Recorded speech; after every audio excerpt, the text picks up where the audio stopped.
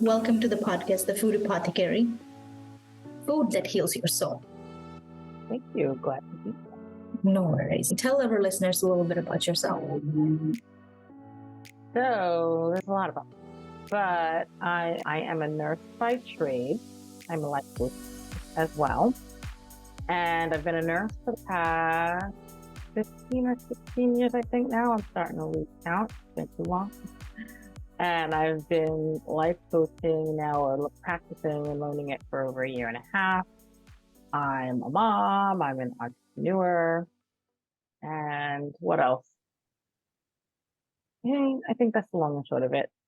Okay. Lucky, pretty outgoing. Back in my hometown of New York now, so I'm enjoying some of my old life for a week. Oh, so you're in New York right now? Mm-hmm. You're not in Miami? No, I'm not. No, not in Florida. How are you liking New York after, obviously you lived there since forever? Yeah, I came back. It's the same. It's interesting people on the street doing interesting things. I'm walking a lot more, which is good because here I have no car. I could rent, but for what? You can get around. Been just walking, enjoying the neighborhoods, enjoying the businesses. Saw a whole bunch of new businesses gone up since I've left. So I'm just reliving old times, but at the same time grateful that I did leave and I have no desire to come back, but it's nice to be here for a short time and see my family. Oh, wow. Okay. I'm happy that you kind of came to that realization that Yeah, better off there. absolutely. Okay. You mentioned that you're an entrepreneur and you did the nursing career. You're doing the coaching career right now. That's how we know each other. So we actually talked about a little bit, or we have been talking to each other since 3 months now, I think? I think so. Yeah. Somewhere around April. Yeah. So I know that we came across the fact how people say that go to school, get a degree, and then get a career, and how that's not actually working out for most of the people. Mm-hmm. Absolutely. Yes. So that's something I wanted to discuss with you on this podcast episode, that because you wore so many hats. So tell us what's from your experience, where has nursing career and everything has led you? Well, interesting enough, it all started, we'll go back to the beginning. I got into nursing and my thing was, I always had this feeling that, I don't know if I always wanted to be a nurse, but I know I was definitely a caregiver. And a lot of going into nursing came from a little bit of that caregiving, wanting to take care of people, and a lot from family influences. They tell you, go to school, get a good job, you'll make good money, so on and so forth. And that is a lot of my culture and a lot of other people's culture as well. And interestingly enough, a lot of my culture wasn't very ingrained in kind of developing the person as a child, seeing what they like to do. Because when I was younger, I was much, much, much more interested in, say, dancing and singing, especially singing. And those were things that were never cultivated for me. Not to say that I want to be a dancer or a singer, but that those things do hold a very special place. And if I had went down that road, it might have been something very different for me, but it wasn't very cultured. You know what I mean? Mm-hmm. So I went into it because of being told that this is the way life is and this is how it's going to go. And also, on another note, I really didn't have much external experience with what nursing really is. You learn it through school, but then you get out to the hospital and it is vastly different. So I went through this period. I went to school. I worked hard. I became a nurse. I was very happy. And eventually, as I'm there, it really started to wear on me. We were working, or we do work very hard. We do a lot. The hours are long. There's this level of, sometimes you don't have the greatest leadership. Sometimes you do. I've met really great leaders. But I feel like there's a piece of me that just doesn't fit, because the piece of me that is focused on self-love and respect, those factors are not met very well. in the healthcare world. And for me, this is where things started to change. And I turned into a person where I was anxious before I was going to work, especially once I got into critical care in the ICU. After about maybe 2 to 3 years, I was always anxious. I'm breathing heavy before I go in. I'm worried about what's going to happen. I'm worried about what I'm going to see, because you see so much. You see so much in any area of nursing, but particularly there, I saw a lot. And I didn't want to be there anymore. So I figured nursing is very big, very vast. I can go so many different areas. That's one of the really good things about nursing. And that's what I did. But then similar things, different problem, kind of a similar story. Not happy at work, not happy with what I do. And to me, I took it very personal. Like, okay, I just don't like nursing. That's what it is. But I didn't want to move on, right? Because those cultural factors come in, and I worked so hard. So, it's a good job. It's a good place to be, great profession. I have a good job. I make good money, so on and so forth. And then I went to school for so many years that I didn't want to give it up.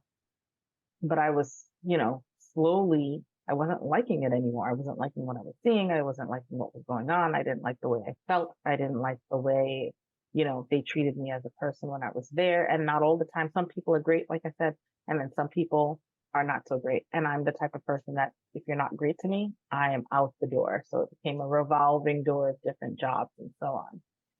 And I stumbled upon coaching a long time ago. I didn't take it seriously then. And I stumbled upon it. And what I really loved about coaching in particular is that I can care for people without this, how can I put it? I can care for people on my own. I can develop a plan with that person to help them. And there's no politics or anything else coming in the way. There's nobody saying anything to me. I'm responsible for what I do, and client is responsible for what they do. And that gave me a whole lot more satisfaction that I was able to even talk to a person, which is not frowned upon in healthcare, but it also doesn't get you the big bucks if you're speaking to somebody for too long, which kind of goes against the grain of what nursing really is. And through coaching really is when I figured out I don't dislike nursing. I had to really sit with myself. I don't dislike nursing because nursing isn't any of the bad things that happens out there. A lot of the bad things that are driven out there are coming from somewhere else, but it is not true nursing. And I stopped telling myself that, I don't like nursing and this isn't good. I said, no, I don't like the way people turn things inside out in the healthcare world. So I can still care for a person and I can still be a nurse. I am still a nurse, whether I am working in a hospital or not, whether I am working in a doctor's office or not. That doesn't take away the fact that I'm a nurse. What's different is I get to be a nurse on my own terms. And even if I'm doing coaching, I bring it into the nursing arena all the time. Right now, I'm a professor. I bring a lot of coaching into the nursing arena all the time. If I was at the bedside or if I was talking to patients, I bring that knowledge to them all the time. And it works as long as I'm doing it my own way. So I said, I really had the rules, but what I didn't like mixed into it, I learned to separate it and went off to be a nurse on my own cause, really, on my own mission to doing something different. On that note, because we're talking about culture, Yeah. I did have, which is interesting, when I was in college, I took a psychology class. Psychology is one of the classes we take before we get into the nursing program. And when I took that class, I had a heavy, heavy feeling that, well, I should say intuitively, I wanted to go further with psychology. But why didn't I go further with psychology? I didn't go further with psychology because nobody told me anything about psychology. Psychology it's not a great job unless, you're way up and you have your master's or PhD. It just wasn't seen in my family's eyes. I'm not going to say the whole culture, but in my family's eyes, as like a good job, because nursing, you were able to make money, and it was all about making money, making money, making money, and having this good, stable job. It wasn't about what makes me happy, what would I like to do. So I ignored that calling essentially, because what are people going to see me as if I go forward in psychology? What am I going to do with my life if I go forward in psychology? It's going to take me so much more longer. It's going to take me longer to go into psychology at this rate. So I'm not going to switch. I'm not going to follow my heart. And I left it at that, and I continued, only to find so many years later that I'm kind of dabbling right back in that psychology realm, where I'm interested in working with the person, understanding the mind, really teaching them how to do better for themselves. Or, like I said, not teaching, because coaching is not teaching. But then again, I wear so many hats, I keep going in between the lingo. Teaching with my nursing hat, co-partnering with my coaching hat. And I'm really carving now a path that incorporates both of my roles in one. Because, like I said, they're both caregiving type roles, but I wasn't taught culturally to do that from like my heart and by what I love and so on. It took years to really carve out this path because of the things that I was told to do. And what a realization you had over the years and things over the years. Yeah. Really, more recently, I guess over the years, it started, once I became a nurse, it started with me really going more into my spirituality. Okay. Once I first became a nurse, those were like I was doing yoga, learning different things about breath work, learning more about myself and personal development. And the first realization I noticed back then is that when I would go and open a book, it was always personal development and spiritually related to something versus anything nursing wise. And what I realized also is when I was in nursing school, I wrote a lot. A couple of my papers were on the nursing therapist, Jean Watson. And she is one of the theorists that focuses a whole lot on spirituality. So in essence, it's not that I didn't like what I did, but there was a certain flow that just didn't vibe with me. To take care of a person, but I was just like, everything is just like, take this, take that. And there was no focus on yourself. There was no time for breath work. There was no time for Reiki. And I've tried that at work. And no matter how much I tried, I believe it worked. But then you have someone coming behind you who's not like, they're not in the same mode. So being in an acute care environment it was difficult for me to express any part of me or anything trying to help my patient in that way. So those were where the first realizations really started to come through for me, was that I started asking myself, how helpful am I in this space? My patients are coming in and out, in and out, in and out, and I don't have the time to teach them anything. And I love teaching, and I was great at teaching at the bedside. I'm great at teaching now. And you never had time to do it. It was always like, go, go, go, go, go, something. And that was it. So I felt like I just wasn't helping them. And that went against, for me, the whole nursing brain. Like, I can't, you're here again. It's been 3 weeks. You're here again. It's only been 2 months. And I knew what the problem was.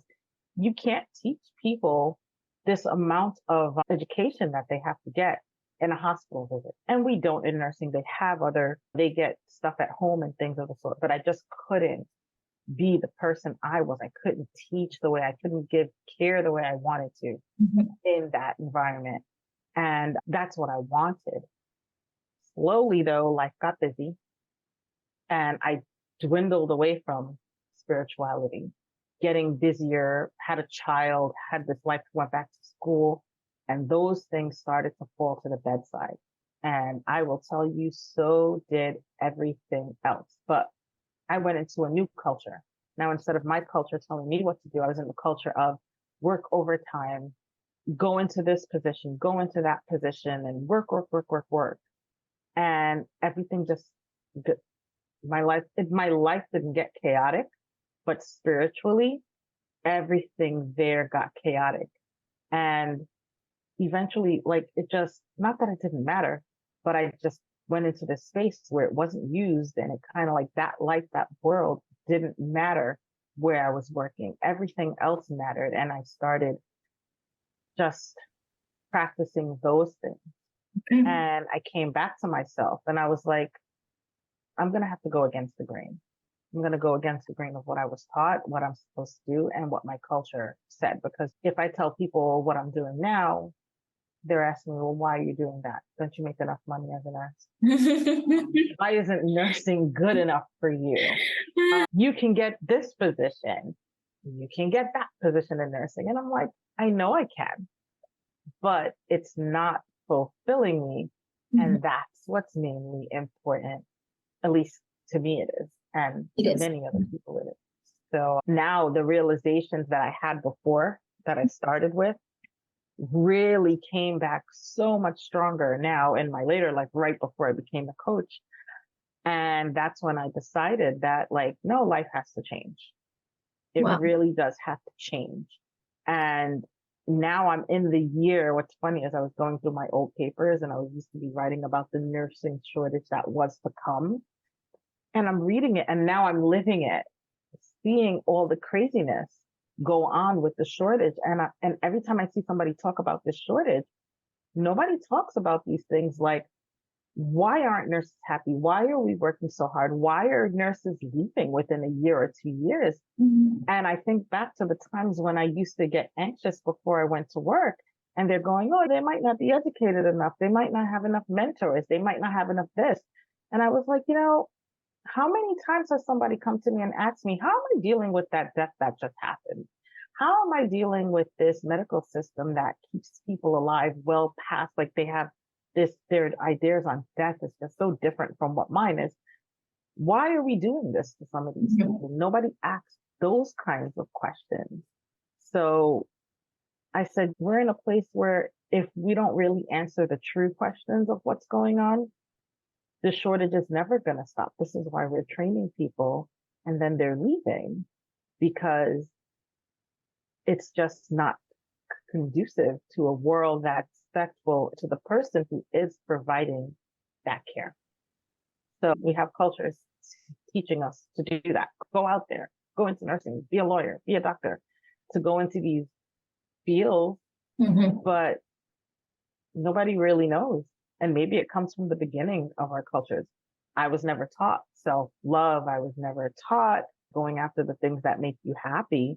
So it just turned into me being an adult with a career where you just go with the flow. Well, except I don't really, but like a lot of us do. We go with the flow and we just stay where we are.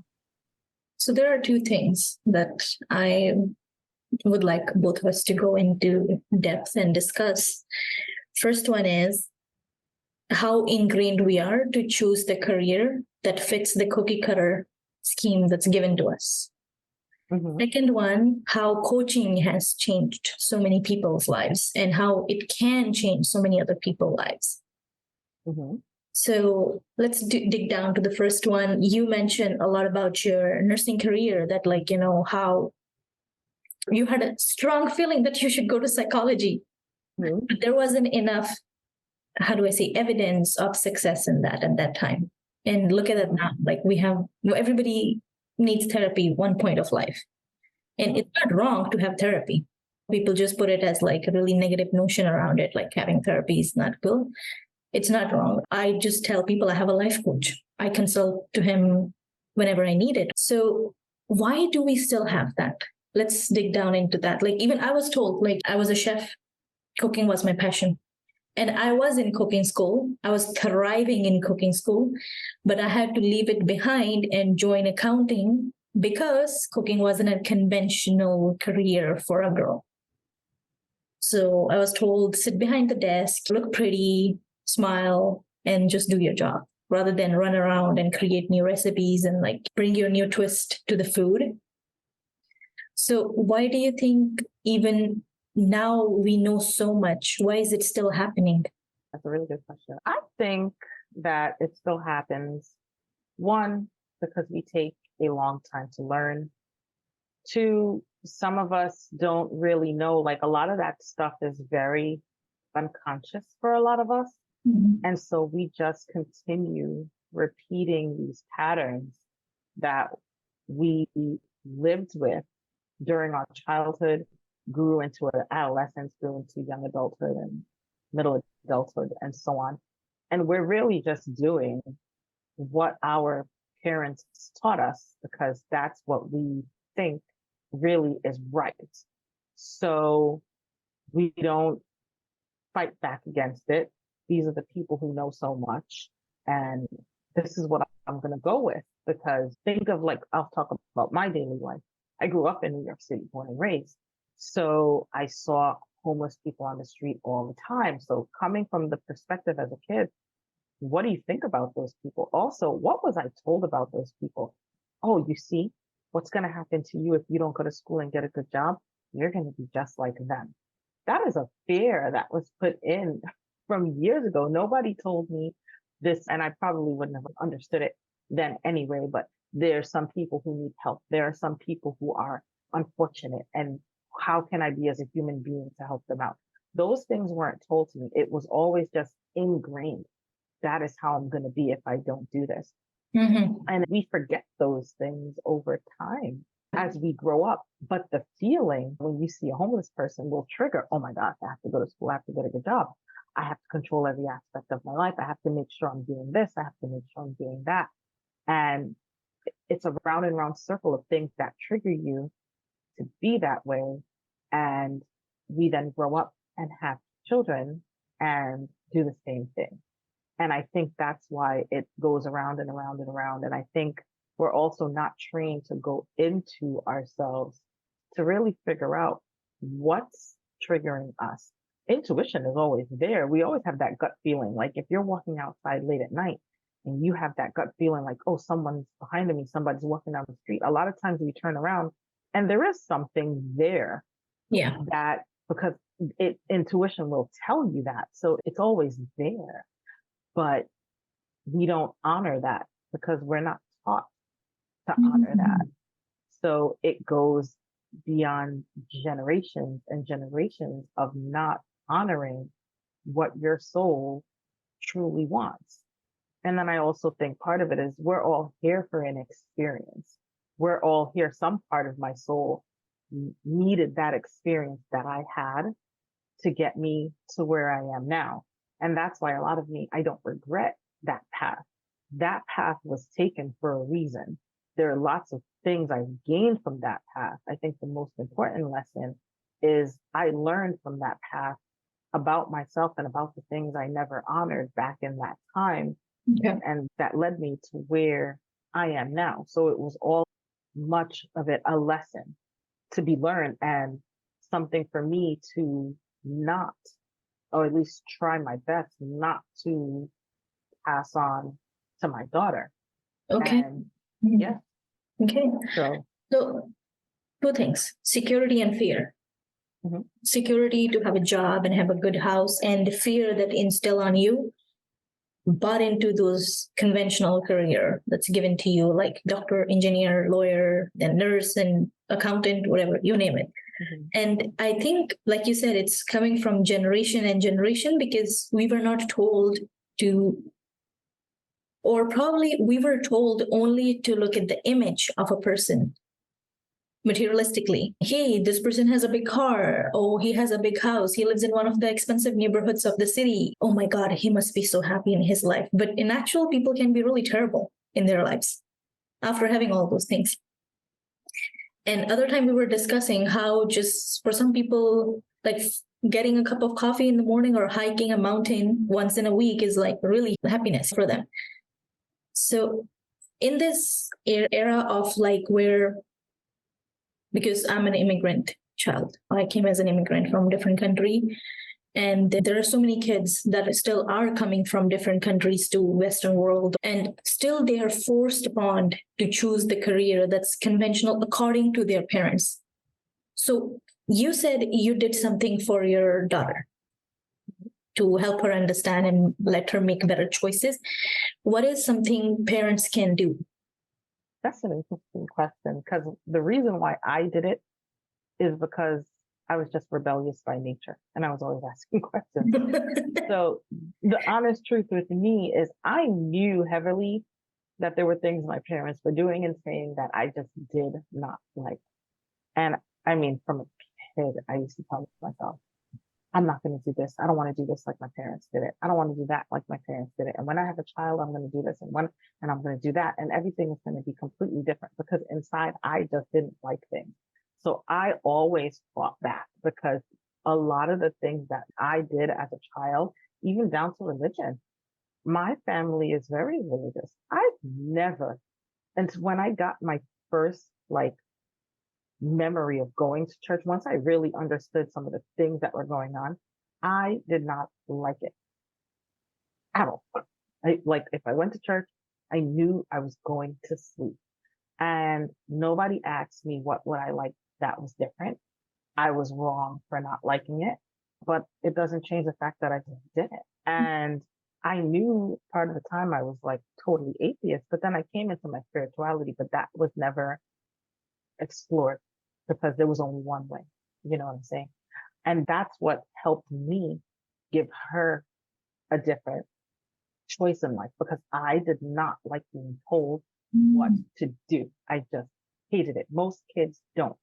But I think for some people, we forget over time that we don't like that and we just end up conforming. I never conformed, so it makes it easier for me. I think for other people, it's a matter of really, it's going to have to start with honoring yourself because how can you teach your child to honor themselves if you don't even honor yourself? You don't question things or you continuously do things because somebody else says to do it. You don't go with your gut feeling. And I feel like once you're aware of these things, once you are aware of who you are and what you want, you will more likely be prone to be accepting the awareness that your child wants to bring into this world. It's not my place to make a mini me. And I feel like a lot of parents want a mini them. There's only one me. My daughter's not me. She comes for me, but she is not me. So who am I to make these decisions and choices for her? The ones that matter, yes, I need to teach you how to cross the street. You need to stay out of the street when cars are coming. I will make that choice for you because that is life and death. But when it comes to even choosing her own style of clothes, I let her pick herself. She's old enough to do it. Why not? Why would I choose, oh, this dress looks great on you? That was something that happened to me. I hated dresses when I was younger, especially because they were itchy, fluffy. They're not cute like they are now, where they're just made of cotton. They were horrendous. And I had to suffer itching in them all day. Why? Why did I have to do that? Because you thought it was pretty on me? I didn't think it was pretty on me, and it didn't matter, right? So I was taught back then what I want doesn't matter. But like I said, I hated it, and I brought that with me into adulthood. It made it easier for dealing with my kids, you know what I'm saying? But other than that, I guess, like I said, honoring yourself and understanding that your kid is a different person than you are, and they're not your mini. Keep them safe, so on and so forth. Yes, but don't choose different things for them. Do you think people still somehow, let's say, obviously honoring yourself and everything, do you think parents still let or still force their kids somehow to make the choices that they wanted to do? Let's say father or mother wanted to work in a certain company, but they never got a chance to work in a certain company or industry. Now they're expecting their kid to work, even though no matter how terrible it is. Because in 30 something year, the company has changed, the industry has changed, but it was their dream. So do you think they still expect their kids to follow that path? Absolutely. Absolutely. It's like having your kid fulfill something that you wanted to do, but you couldn't do. And you think it's so great for them because you thought it was going to be so great for you. So I think that they do that all the time. And people just have these thoughts where these jobs are so glorifying. And to me, I'm just like, you know what? If you didn't have the janitor, if you didn't have the teacher, if you didn't have the chef, if you didn't have all of these jobs that you see as menial, how would the world even run? Everybody can't be an engineer, doctor, and lawyer. And some people being with where they are, and people don't understand it, but you thrive when you're doing what you love. Like we know that from coaching, you honestly thrive. And I think there was a study I read where they had these kids with different IQ levels, and the kids with the higher IQ level, subsequently, had the parents who wanted them to be doctors, lawyers, engineers, architects, these big things. And they did a study with them over time. Would you believe that the people who had the higher IQs were in a worse situation in life because they weren't cultured to do the things that they loved? They might have loved art when they were kids. They might have loved science when they were kids, but they weren't pushed into that arena because something else was seen as important to the parents. It was the kids with the lower IQ who had the parents who pushed them to do what they wanted to do that ended up having better in their lives because their parents let them do what they loved and they made something of it. Okay. So do parents do it? Yeah, all the time. I don't know why, but They'll do it. I mean, I know why, but it's to fulfill their own happiness. I feel like that's what it is. Yes, exactly. Fulfill their own happiness, or just like have that sort of a proud that like, hey, as a family, we made it. Mm-hmm. Or let's say American dream, like having a house, having a car, or having like a 9 to 5 job is a dream for most of the immigrant families. And the parents work so hard, then when they couldn't achieve it, they expect their kids to do it. Parents put themselves through so much pain to pay for expensive college tuition fees, send them to Ivy universities, and like we name it, like no matter how much it is. But on the other hand, like after when they come out of these colleges and everything, there's still life to figure and they don't know what to begin with. That's why I have this podcast, honestly, to help them understand. You want to make a career choice, make a good one. Yeah. At least you check all the places like, oh yeah, this one is maybe not good for me, this is maybe good for me. Yeah. So another thing, you mentioned coaching, how coaching has helped. I know coaching has helped me, coaching has helped you. What do you think could be a good relationship between a new parent and a kid for the coming generation so they can help their kids to make better choices? Like you mentioned, with higher IQs, doesn't mean they want to be engineers. Yeah. They might want to write science fiction novels that will probably turn into, I don't know, reality someday. Yeah. Yeah. So what do you think? What kind of coaching is needed? I think, well, all coaching is needed. I think what it is alongside coaching, I think once most of us who are learning to be coaches learn to really unravel yourself. And once you learn to unravel yourself and your wants and you help others do it, you realize slowly these things that going after what you want and what you desire, how coaching can help that is really that is giving people back this space to have that clarity they need to become themselves and really just sit there, get away from the busyness, get away from the 9 to 5, get away from people talking to you all the time and telling you things about yourself that aren't true and you believing it. We all don't do that. We don't sit and slow down and have a session where these things are presented to us because we're on the world of go, go, go. So it's like, me, I feel like if you want to teach this to your kids, it starts with you. It starts with you and you realizing that, because I feel like that's just the only way you're going to be able to give that back to your child in that sense. And really teaching them to be mindful of themselves first and mindful of others. If you ask me who's the most important person in my life, I'm going to say me. People look at me crazy when I say that, but it's me. I come first. My daughter doesn't even come first. Most people will say, I put my kids first. Nobody's not Yeah, saying put your we kids. might get a little bit of hate for you saying that, like when you say Yeah, not even but then daughter. you have to really think about it. Yeah. Why do I put myself first?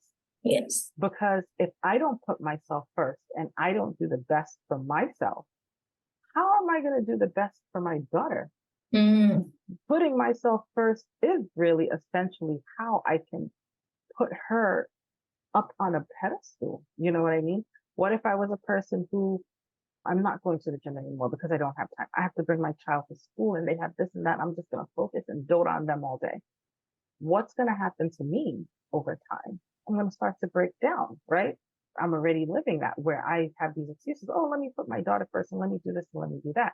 No, that eats at me. And if something in life eats at me, then I put her in a worse spot because I'm the person who's sitting here who has to take care of her. I have to put myself first to be able to do what I do for her. There's no other way around it. And when I really got that realization, I read this book called The Bread Givers. I don't remember who wrote it, but it was about a Jewish immigrant family. And the main character is a young woman who pretty much like me. She's a rebel. She wants to go off and do her own thing. She doesn't want to get married.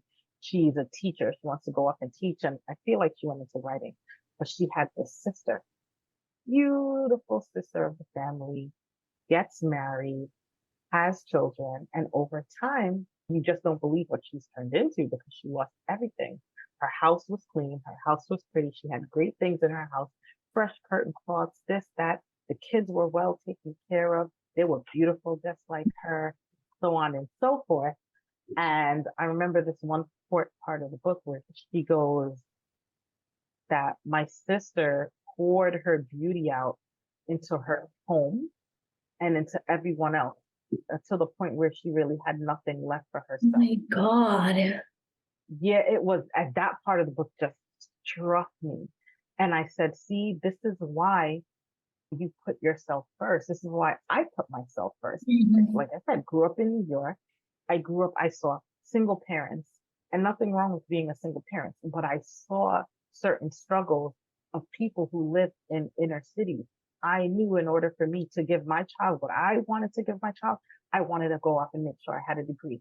And I would have my degree to that before I had my kid, because then I'd be able to give my child the time that I wanted to give my child whenever I had one. So when I did have my daughter, I was working part time and I was able to go to mommy and me classes and this and that and all types of stuff we did together because I valued the time with this child years before she was made. Mhm. So it was because I did things for myself first that she, like, luckily she was able to have this mom that was around for this, that, and the third. So I had to make that decision and I was glad to do it because I knew that in order for me to give her that best, that's what I had to do. Because Wow. if I was a student Yes. and I had her, which, like I said, each person's path is their own. I had the path where I saw a lot of things when I was younger. So I knew I didn't want that for myself. Mhm. So it's not a case of, oh, I'm better than this person or better than that person. No, I just saw a lot and I knew what I wanted. And that's my gift to her. Most of my undivided attention because I am still in Wow. love when she was younger. Even, So sorry, yeah, what you're saying, like when you put like your kid to a pedestal, like above yourself, even, then I guess you start expecting things from them too in return. You're like, oh yeah, like let's say I sacrificed my me time. I didn't buy myself that just because you wanted that. And you don't even respect me or you don't respect my wishes. mhm. So I guess the circle just never ends unless you say, like, you know what? I have to be the best of me, then only I can give the best of me to others. Yeah. Right? Yeah, I remember like Oprah's quote. I think she said that in one of the episodes. She said, you cannot pour from the half empty cup. You can only pour from the full cup. So you have to Mhm. keep your own cup full first. Yeah. Yes. Yes, that's true. That's true. Okay, back to our coaching. So we were talking about, let's say, you were rebellious. You just stood your ground and you said, this is what I want. Okay. And this is what I'm going to do it. What is a kid can do in this situation, even though knowing that he wants to do this, but he knows that his parents work so hard to give him this life? And how can a kid, like we're talking about maybe a teenager or maybe a millennial, Mm-hmm. how can they find that balance between these two? Well, I didn't do this as a kid, but this was a real hard lesson to learn. I learned this when I was in my first coaching class. What my parents think is not my responsibility. What they think they want for me is not my responsibility. When I left New York, I left my family behind. Can't stay behind and take care of you and live your life. I can't live your dreams. I had to leave. I had to leave for me. Had I stayed here, I would have been just as miserable as I was years ago. I did do this as a kid. Actually, when I was probably the only example I have is when I was around 17. Like I said, I didn't like going to church. It wasn't my thing until I grew into my spirituality. I disliked it so much. I tried my best to find a job on Sundays. I was like, I don't care where I work. Burger King, McDonald's, clothing store, it does not matter. The only way I was getting out of church on Sundays was to get a job on Sundays because my mom, if you had a job, then you had a job. You were bringing some sort of income into the household, right? So, and because my sister worked on Sundays and she never complained about to her to go to church on Sundays. So I said, I have to get this job. And nothing was coming through for me. And one day I was like, I just don't care anymore. And I said, I'm not going to church. He's like, what do you mean? Get up, go to church. And I said, no, I don't like it. I'm not going.